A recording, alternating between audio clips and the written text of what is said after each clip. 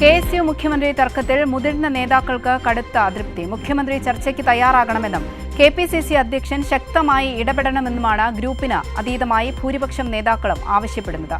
എന്നാൽ അനുനയത്തിന് വഴങ്ങാതെ വിവാദങ്ങൾ ആസൂത്രിതമെന്ന നിലപാടിൽ ഉറച്ചു നിൽക്കുകയാണ് മുഖ്യമന്ത്രി VD സതീശൻ.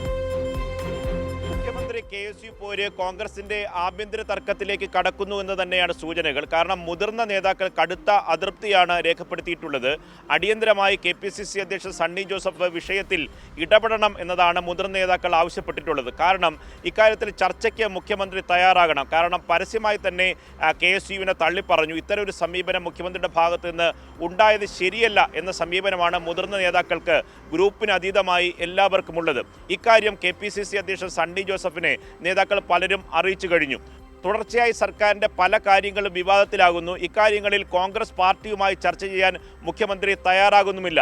ഇതിലാണ് കടുത്ത അതൃപ്തി മുതിർന്ന നേതാക്കൾക്കുള്ളത്. പക്ഷേ KSU ഇക്കാര്യത്തിൽ പിന്നോട്ടില്ല എന്ന സൂചന തന്നെയാണ് പുറത്തു വരുന്നത്. കഴിഞ്ഞ ദിവസം KPCC അധ്യക്ഷൻ സണ്ണി ജോസഫുമായി നടത്തിയ ചർച്ചയിലും തങ്ങൾ പ്രതീക്ഷയോടെ കാത്തിരിക്കുന്നു എന്നതാണ് KSUവിൻ്റെ സംസ്ഥാന പ്രസിഡന്റ് അലോഷ്യസ് സേവ്യർ പറഞ്ഞത്. തർക്കം മുറുകുമ്പോൾ പരിഹാരം തേടി KPCC അധ്യക്ഷൻ സണ്ണി ജോസഫ് പലതരത്തിലുള്ള ചർച്ചകൾ ആരംഭിച്ചിട്ടുണ്ട്. പക്ഷേ പാർട്ടിക്ക് വഴങ്ങുന്ന സമീപനം ഇക്കാര്യത്തിൽ മുഖ്യമന്ത്രി VD സതീശൻ എടുക്കുമോ എന്നതാണ് കാത്തിരുന്ന് കാണേണ്ടത്. മറുവിഭാഗം നേതാക്കളും ശക്തമായ നിലപാടുമായി മുന്നോട്ട് പോവുകയാണ്. നിർമ്മൽ ചക്രവർത്തി, കൈരളി ന്യൂസ്, തിരുവനന്തപുരം.